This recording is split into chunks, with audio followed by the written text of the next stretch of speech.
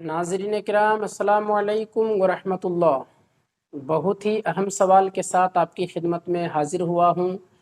एक साइल ने सवाल किया है, अगर मसबूक इमाम के साथ एक तरफ या दोनों तरफ सलाम फेर दे तो उसके बारे में क्या हुक्म है।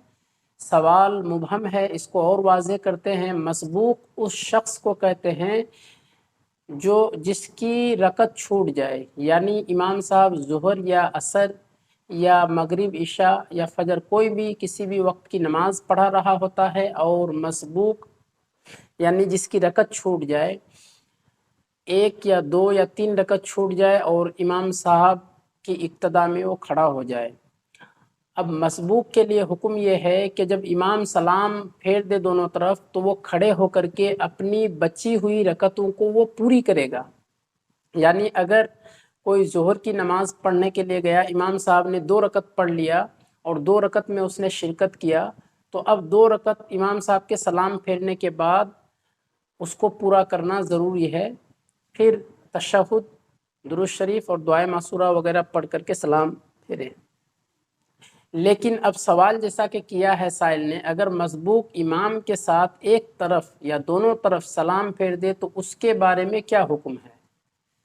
यानी जिसकी एक रकत, 2 रकत या 3 रकत इमाम के साथ छूट गई जमात के साथ पढ़ने से, और जब छूट गई रकतें तो अब उसको चाहिए था कि इमाम साहब जब सलाम फेर रहे हैं तो खड़े हो जाएं, लेकिन उसने क्या किया कि इमाम साहब के साथ सलाम फेर दिया।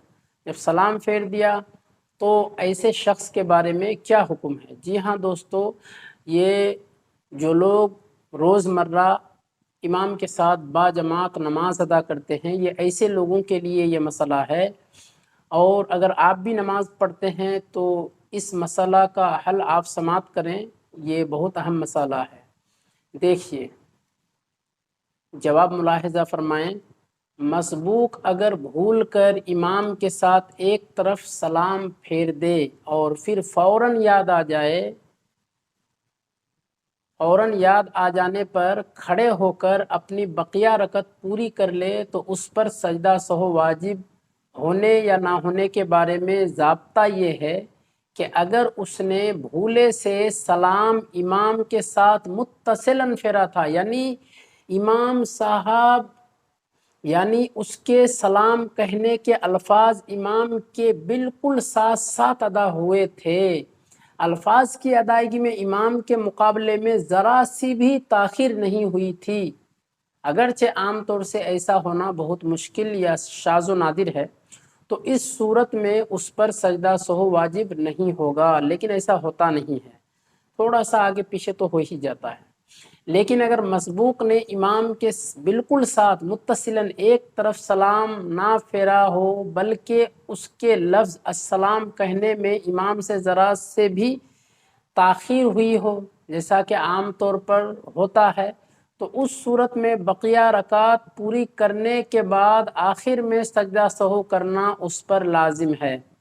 इसी तरह अगर मसबूक ने भूले से दोनों तरफ सलाम फेर दिया और याद आने पर अगर उसने नमाज के मनाफी यानी नमाज से रोकने वाला कोई काम ना किया हो तो खड़े होकर बकिया रकात अदा कर ले और आखिर में सजदा सहो कर ले तो नमाज अदा हो जाएगी। अलबत्ता अगर मसबूक ने जानबूझकर इमाम के साथ सलाम फेरा हो या ये समझते हुए सलाम फेरा हो कि उस पर इमाम के साथ सलाम फेरना लाजिम है, तो इस सूरत में उसकी नमाज बातिल हो जाएगी, दोबारा पढ़ना ज़रूरी होगा। और जिन सूरतों में सहवन इमाम के साथ सलाम फेरने की वजह से मसबूक पर सजदा सो लाजिम होता है, अगर उसने सजदा सो ना किया तो उस नमाज